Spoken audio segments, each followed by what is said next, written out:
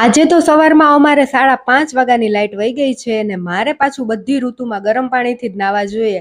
Geyser તો ચાલુ થશે નહીં. હું ચૂલે પાણી મૂકવા આવી પણ તપેલું ચૂલાનું ક્યાંય મળ્યું નહીં, એટલે ગેસ ઉપર પાણી મૂકી દીધું. પાણી થાય ત્યાં સુધીમાં કચરો વાળી નાખ્યો. પછી નાઈને રોટલી બનાવી નાખી ટિફિનની, ને શાક બનાવ્યું છે હેતવીએ એકલા રીંગણાનું, મમ્મીએ કેરી ખમણીને પછી થોડોક મુરબો બનાવ્યો. ને આજે તો ચાર્જિંગ પંખાની બેટરી પણ પૂરી થઈ ગઈ છે. કાલ થોડીક વાર જ ચાર્જ કરી હતી તો પણ 8 વાગ્યા સુધી હાલી. પછી બારી ખોલી નાખી, થોડોક પવન આવે છે બારીમાંથી એટલે હજી સૂતી છે કામાક્ષી.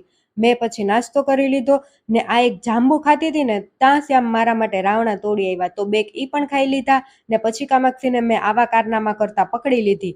ઈ પાછી એમ કહે કે મમ્મી પપ્પાને ન કહેતી. પછી અમારી બારીમાંથી ટીટોડીનો જોરથી અવાજ સંભળાવા માંડ્યો એટલે કામાક્ષીબેન બારીએ ચડીને જોવા માંડ્યા. પછી મેં પણ ડોકું કાઢ્યું તો ટીટોડીને એના બચ્ચા હતા. પછી બપોરે જમ્યું બટેટાનું શાક, ભાત, રોટલી ને મુરબો. અને આજે તો અમે બપોરે સુવાની તૈયારી કરતા હતા ત્યાં શ્યામ આવી ગયા વહેલા ઓફિસેથી. તો પણ હું ને કામાક્ષી તો સુઈ જ ગયા થોડીક વાર. બપોર પછી ઉઠીને જોયું તો મમ્મીએ લાડવા બનાવ્યા હતા. અમે બહાર બેઠા લાડવો ખાધો ને પછી કામાક્ષી કહે કે હાલ મમ્મી આપણે મારું જેસીબી ધોઈ નાખીએ.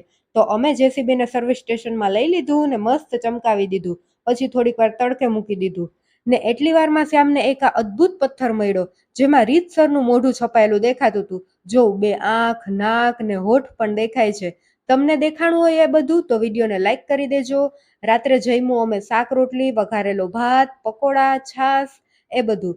તમે કાલ રાત્રે શું જમ્યા મને કમેન્ટ કરીને કહેજો. ને અમારા બીજા નવા વિડીયો જોવા માટે ચેનલને સબસ્ક્રાઇબ કરી દેજો. બાય બાય, જય શ્રી રામ.